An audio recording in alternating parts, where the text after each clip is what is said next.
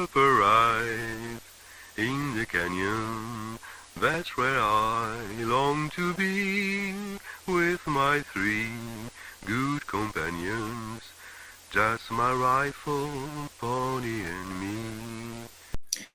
Bonjour à toutes et à tous, ou bonsoir, ça va dépendre bien évidemment de l'heure à laquelle vous allez découvrir cette nouvelle émission. Nous allons parler aujourd'hui d'un film, d'une actualité, quelque chose de présent, et qui en même temps parle beaucoup du passé pour mieux comprendre le présent. Bon, vous allez voir, c'est quelque chose d'assez fascinant. Je suis très content et très honoré d'avoir en ma compagnie Régis Soder. Est-ce que j'ai bien prononcé votre nom? Oui, tout à fait.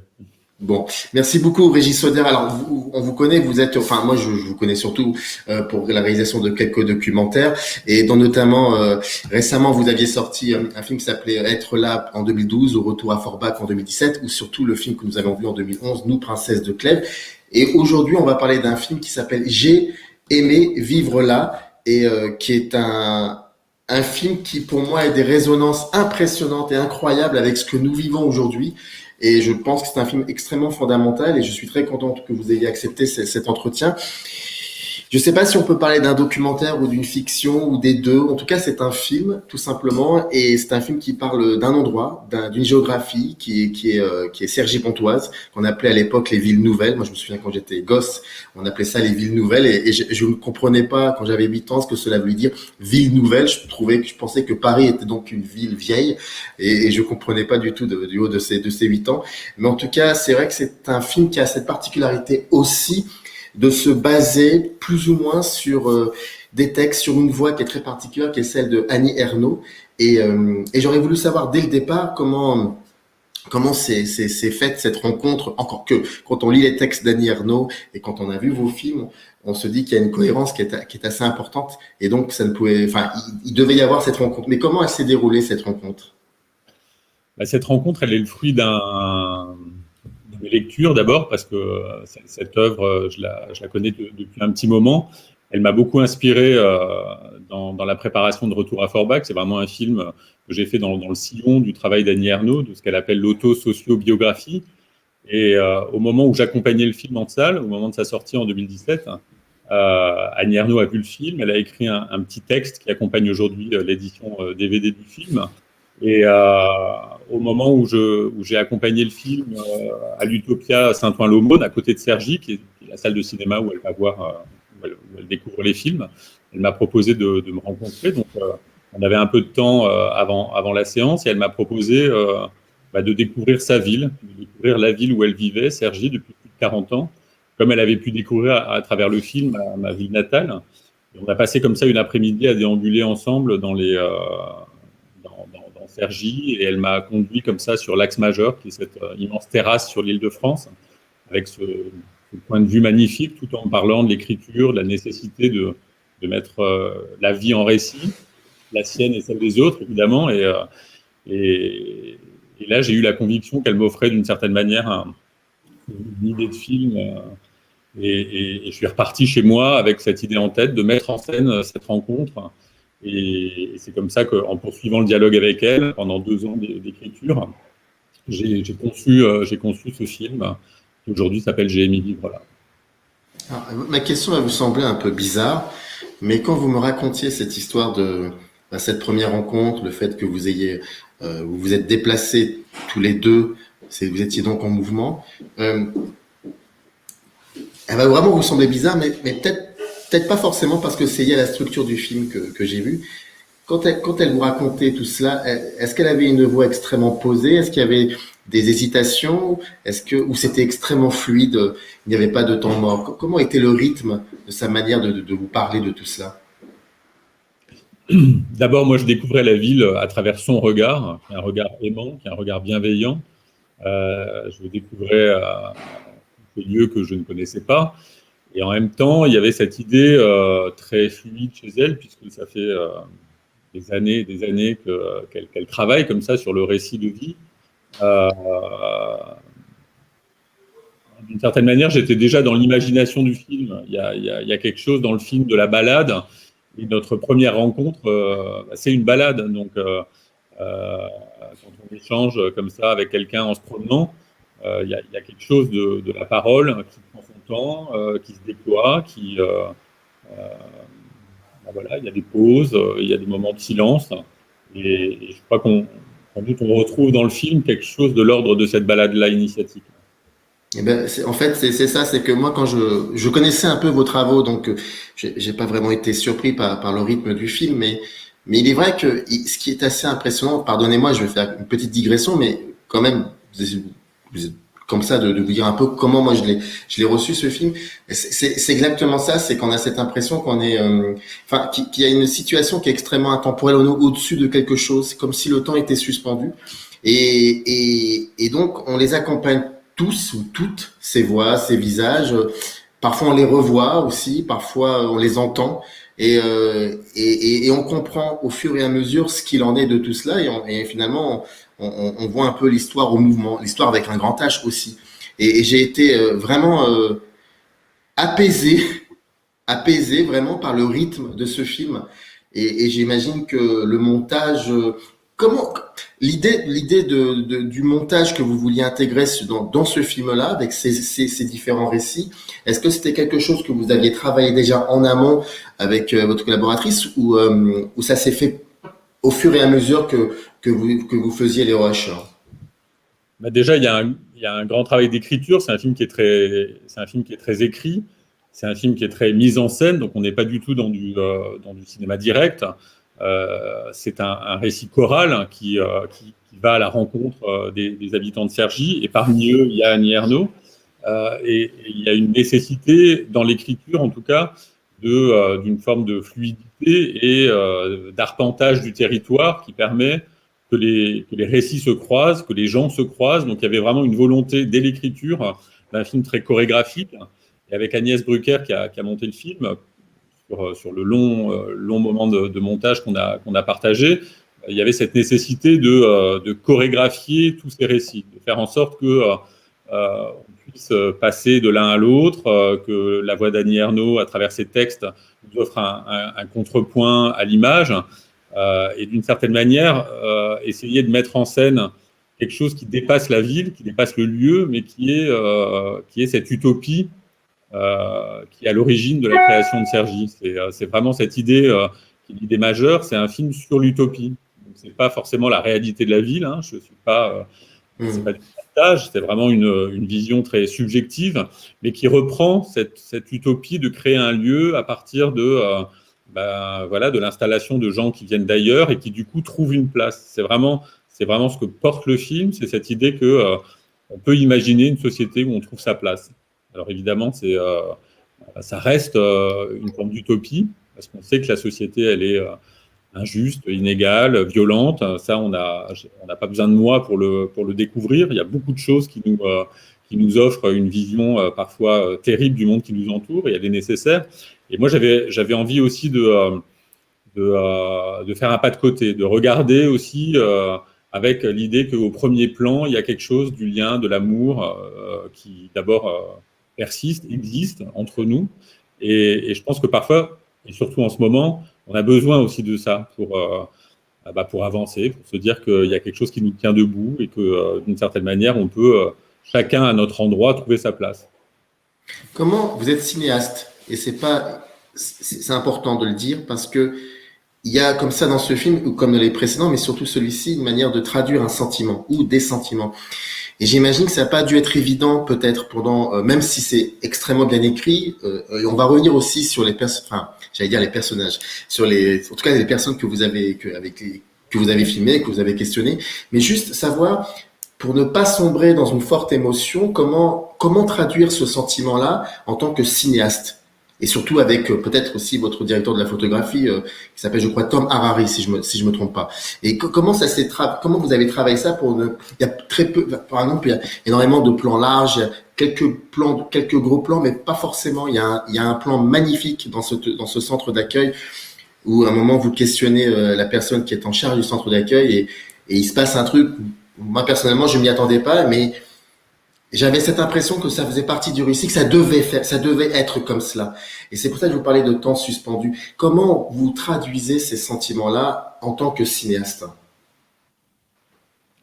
D'abord, pour moi, c'est important de rappeler qu'effectivement, la collaboration avec Thomas Harari, qui est pour moi un immense chef opérateur qui a fait d'ailleurs l'image de Onoda, qui est un film que sans doute tout le monde doit aller voir ou en tout cas à remarquer. C'est fait, c'est un grand film. La collaboration avec Tom, elle est fondamentale parce que moi j'ai toujours fait l'image de mes films et quand on fait tout seul l'image d'un film, la première évidence, c'est de se rapprocher des protagonistes, c'est d'engager son corps parce qu'il y a quelque chose du dialogue et là j'avais besoin au contraire de prendre du recul, d'inscrire la trajectoire de ces personnages dans le décor, qui est un décor majestueux, qui est un décor très cinématographique, de travailler sur une lumière qui puisse justement accueillir cette idée de l'utopie et de faire en sorte que les images restituent effectivement des émotions par le croisement des corps, par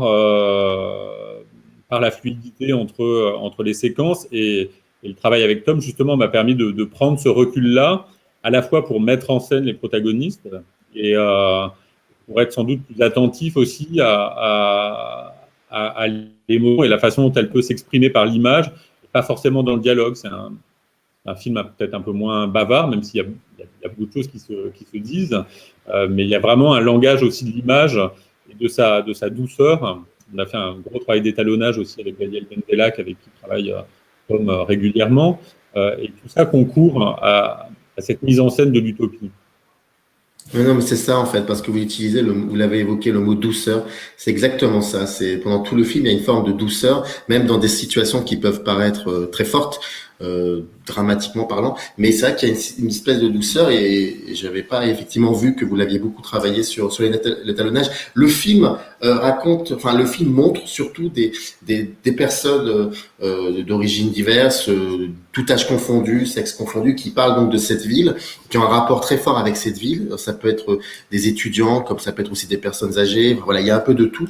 Et ça nous parle. Et il y a aussi cette particularité importante, c'est que ces personnes-là, en majorité, lisent soit face caméra ou soit en voix off des extraits de textes d'Annie Ernaux. Donc, vous disiez que c'était un film qui n'était pas terrible, qui n'était pas bavard. Enfin, il n'est pas du tout. C'est surtout un film sur la parole. Et là, ça, c'était quelque chose qui était à la base dans l'écriture, le fait qu'on voit, enfin, on voit il y a des fulgurances où on reconnaît Annie Ernaux. Enfin, si on connaît Annie Ernaux, on la reconnaît. Mais ce qui fait la différence entre le reportage et le documentaire, c'est qu'à aucun moment elle est devant votre caméra et puis elle parle. Non, il n'y a pas besoin qu'elle parle. Les mots qu'elle écrit sont là. Donc, cette idée de la parole enregistrée, est-ce qu'elle était présente dès l'écriture de votre film? Alors ça, c'est vraiment quelque chose qui est venu au moment du tournage, au moment de la préparation du film. Et c'est quelque chose que d'ailleurs j'avais déjà esquissé dans Nous, princesse de Clèves. C'est la littérature comme objet transitionnel. Il y a quelque chose qu'on partage. Et ce qu'on partage, c'est ces mots d'Annie Ernaux sur la ville. Et le film, d'une certaine manière, c'est pas un dialogue entre Annie Ernaux et moi, c'est un dialogue entre le cinéma et la littérature. C'est comment le dispositif finalement peut se résumer à les mots contre les images. C'est-à-dire que c'est tout contre au sens de la douceur. C'est-à-dire comment ces images n'illustrent pas les textes d'Annie Ernaux, mais viennent offrir un contrepoint, dialoguer.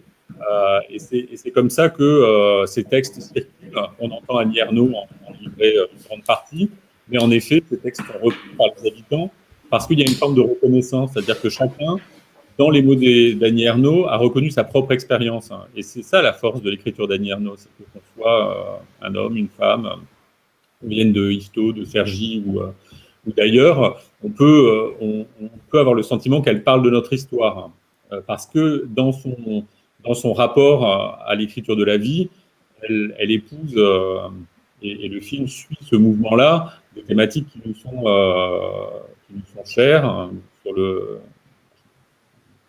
temps qui passe. C'est un film où il y a aussi beaucoup de nostalgie. Il y a tout un récit comme ça d'une expérience de vie qu'on peut tous vivre, même si on n'habite pas Cergy. Donc il y a comme ça dans le film, le texte est comme un relais que tous les protagonistes du film se passent. Et dans ce passage de relais, il y a une forme de reconnaissance. C'est-à-dire qu'on peut s'imaginer à chaque instant c'est Anouk qui a écrit ces mots, ou Valentin, ou cette autre dame qu'on croise dans le parc. D'une certaine manière, Annie Ernaux est là, présente à travers eux, comme d'une certaine manière, ils sont très présents à travers ce qu'elle écrit. C'était le rythme de certains extraits de textes d'Annie Ernaux qui ont convaincu ces personnes de les lire. C'est surtout le rythme ou c'était surtout le sens? Non, je crois qu'on a le choix des différents passages. Il s'est vraiment fait sur cette reconnaissance, c'est-à-dire, je pense à la maman de Valentin, à un moment qui dit ce texte sur le temps qui passe, au moment où elle sait très bien que son fils va quitter la maison. Il y a quelque chose qui parle pour ce qu'elle est en train de vivre. Donc, il y a une forme d'affinité de sens qui s'est imposée pour chacun d'entre eux. C'est vrai pour Ghislaine qui se souvient s'être perdue dans les allées du centre commercial. Il y a un texte d'Annie Ernaux qui raconte très bien ça. Et du coup, cette expérience commune de ces deux femmes qui se perdent en allant faire des courses aux Trois Fontaines, c'est ça qui les relie aussi. C'est l'expérience d'un territoire, à la fois dans ce qu'il a de plus ordinaire et singulier, comme dans ce qu'il a de plus essentiel.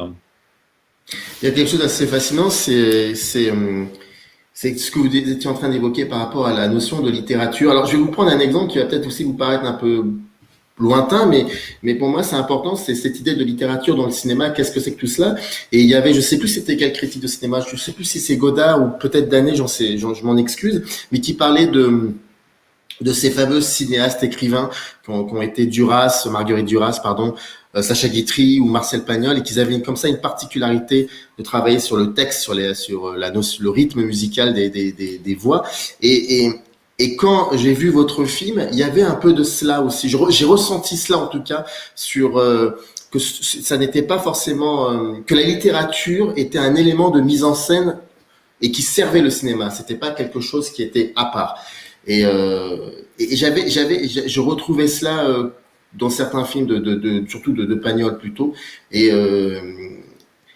c'est ça en fait, c'est ça. C'est que, comme vous le disiez bien, c'est ça. C'est que la littérature devient un élément de mise en scène. Et ce qui est encore très beau, c'est que la manière qu'ils ont de le dire, ce texte, de manière très calme, très très simple. À aucun moment, on est dans une espèce d'artefact ou quelque chose qui aurait été faussé, qui soit. Non, en fait, je trouve qu'il y a une vérité finalement, il y a une simple vérité.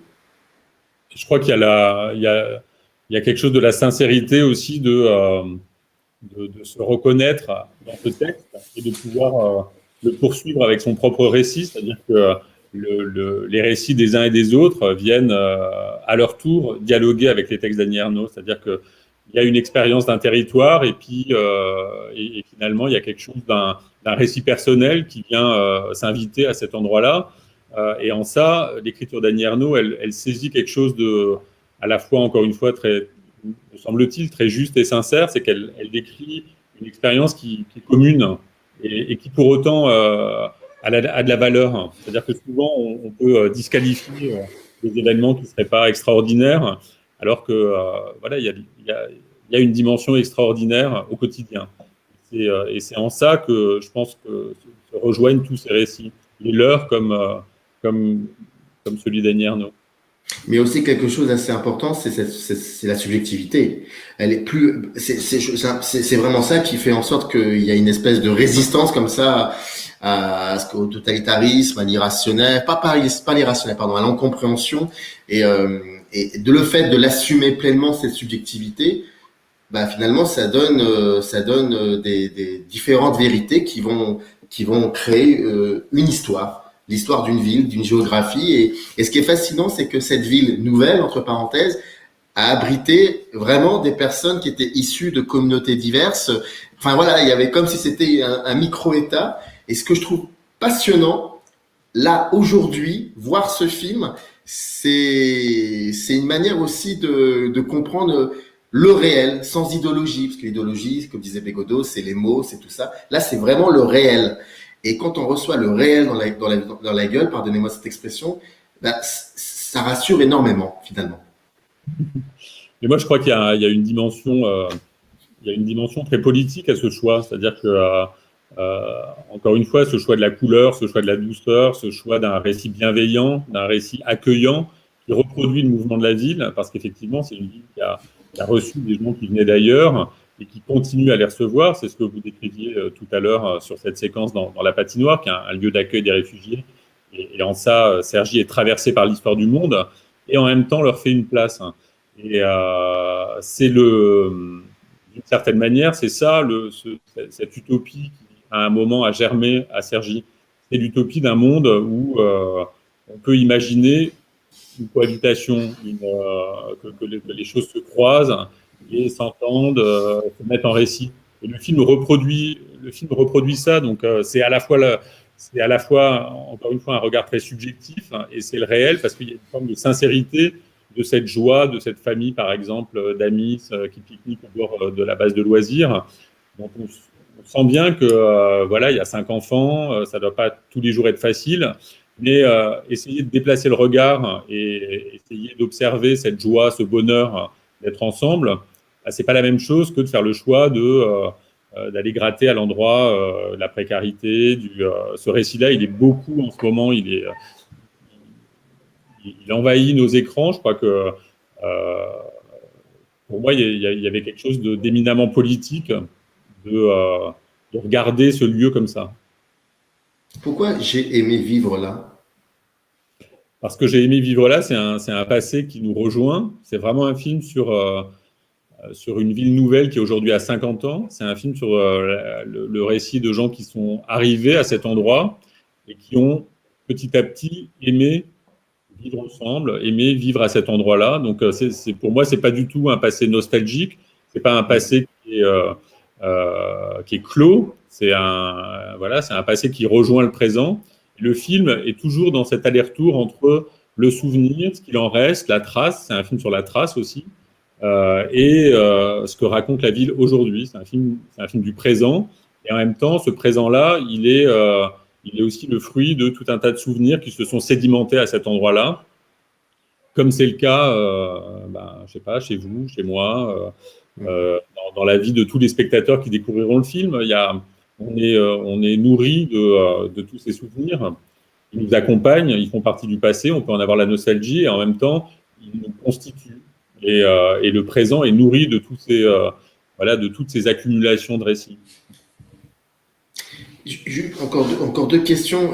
Quand vous évoquiez la construction narrative de votre film, est-ce que il y avait un fil conducteur, c'est pas représenté peut-être par un groupe de personnages qui était pour vous important?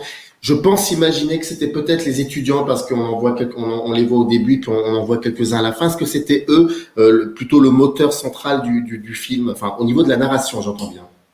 Le film, il a vraiment il y a deux temporalités.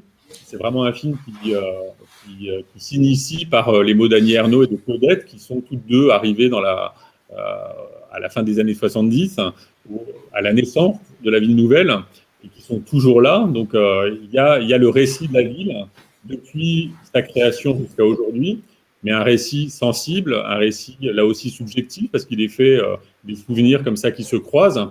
Et c'est un film qui est tourné pendant cet été, qui est le dernier été de ce groupe de jeunes lycéens qui va quitter la ville. Donc c'est vraiment deux temporalités comme ça qui se chevauchent. Et on est là dans un présent où ces jeunes-là vont partir, vont aller vivre leur vie d'adulte ailleurs, peut-être y revenir, comme le souligne d'autres personnages qu'on va croiser dans le film, qui eux aussi ont fait ce choix de quitter la ville pour finalement y revenir, s'installer. Et c'est un dernier été. C'est comme ça que Lola initie le film en disant je vais partir et ça ne sera plus la ville où j'habite, ça sera la ville où j'ai habité. Il y a quelque chose comme ça qui se joue dans cette tension de ce dernier été où à la fois tout est possible et on a envie de vivre intensément les lieux, de les regarder. Et le regard, mon regard épouse aussi ce désir-là, ce désir de garder quelque chose de ce lieu qu'on a tant aimé et qu'on est à l'aube de quitter.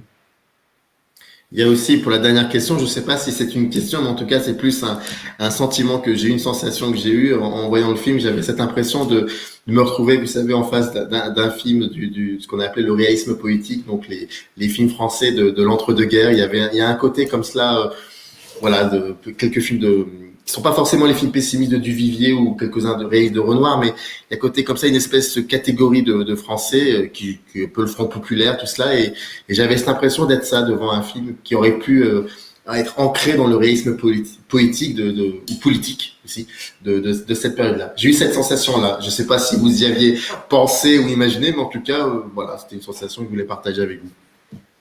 Bah, je suis ravi, j'y ai pensé. Je crois que c'est vraiment. Bah, il y a comme ça un mélange de poésie et de politique, quoi. C'est deux mots qui ne sont pas forcément contradictoires. Et, Mmh.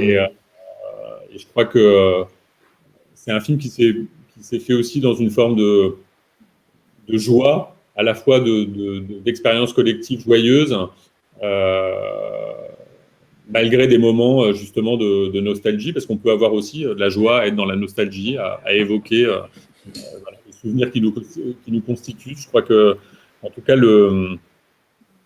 ouais, moi, j'espère que le film fera du bien aux gens qui pourront le découvrir, parce que je crois on a besoin aussi de faire un pas de côté aujourd'hui sur les représentations qu'on peut avoir de la banlieue, des gens qui y vivent, de ce qu'on voilà, de ce qu'on a trop souvent le sentiment aussi de stigmatiser. Et voilà, c'est aussi pour moi offrir une autre représentation de ces territoires. On a, en tout cas, de manière très naïve, et ça va se terminer ici, de manière très très naïve, j'ai toujours besoin de voir comment les cinéastes voient un peu le monde, plutôt la société dans laquelle je vis, et il faut absolument prendre le temps de voir un peu votre regard sur cette société, parce que effectivement, je vous le dis, c'est un film qui fait du bien et c'est important de voir ce film aujourd'hui. C'était vraiment un plaisir. Merci beaucoup m'avoir consacré un peu de temps pour parler de ce film. Il sort le 29 septembre et il faut y aller. Et je profite pour remercier Macna Press de m'avoir aidé à concevoir donc cette émission. C'était un plaisir, Monsieur Régis Soder. Merci beaucoup en tout cas. Merci à vous, merci. Et longue vie au film, longue vie au film. On a besoin de ça. Bonne journée. Merci. Upper eyes in the canyon, that's where I long to be, with my three good companions, just my rifle.